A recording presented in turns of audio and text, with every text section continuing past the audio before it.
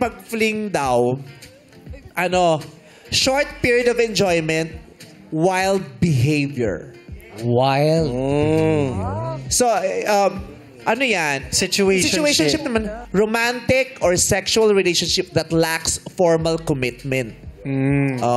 So, mas malalim yun dun sa fling. Pero Malalim. pag sinabing wild behavior, ano ibig sabihin ng wild behavior?